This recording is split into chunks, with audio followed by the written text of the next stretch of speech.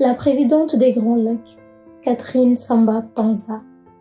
La scène se déroule à Bangui, la capitale vibrante de la République centrafricaine, sous un ciel clair annonçant l'aube d'un nouveau jour. Kike, Hassani et Nefertiti sont témoins du réveil de la ville depuis une colline offrant une vue panoramique. Kike, nous sommes au cœur de l'Afrique, dans un pays meurtri par des décennies de violence. Hassani, oui, la Centrafrique a connu de nombreux coups d'État depuis son indépendance. Le dernier conflit civil a débuté en 2012. Nefertiti, mais en 2014, une femme d'exception a été élue présidente, Catherine Samba Panza. Elle a guidé la transition vers la paix. Hassani intrigué, né d'un père camerounais et d'une mère centrafricaine, son héritage est un pont entre les cultures, un symbole d'unité. Hassani, oui, elle est la première femme présidente de ce pays.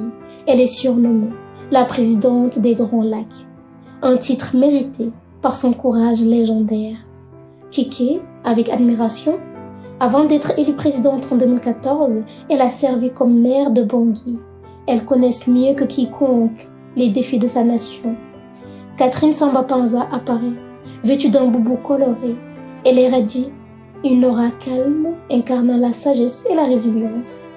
Son allure est celle d'une leader née, prête à partager son récit. Nefertiti respectueusement, racontez-nous comment cette pionnière a-t-elle navigué son pays à travers les tempêtes vers des eaux plus calmes.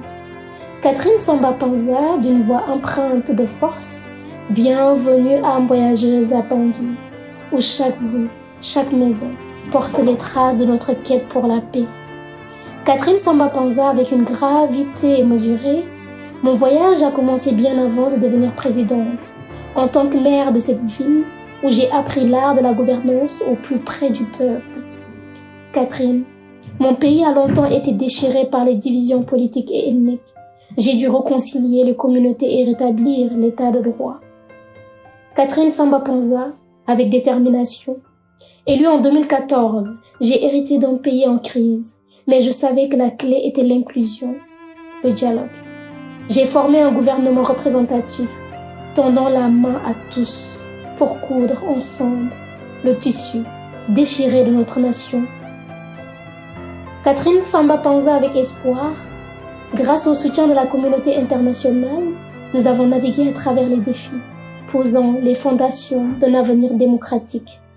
Les Queens, profondément touchés, échangent des regards emplis de respect et d'admiration.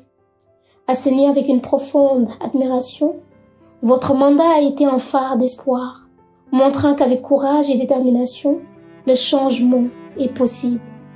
Nefertiti, avec émotion, vous avez ouvert la voie à une transition pacifique, un legs durable pour le Centrafrique et pour le monde. Les Queens se lèvent, inspirés par le parcours exceptionnel de Catherine Samba Panza. Kike, avec une voix émue, votre histoire est un hommage au pouvoir de la volonté, à la quête incessante de paix. Hassani, concluons, vous êtes bien plus qu'une dirigeante.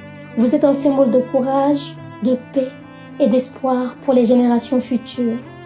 La scène se termine sur les Queens quittant la colline, laissant derrière elles Bangui, éclairée par les premiers rayons du soleil. La ville, tout comme le pays, continue de se reconstruire sur les fondations posées par Catherine Samba Panza, la présidente des Grands Lacs, dont l'héritage résonne bien au-delà des frontières de la Centrafrique.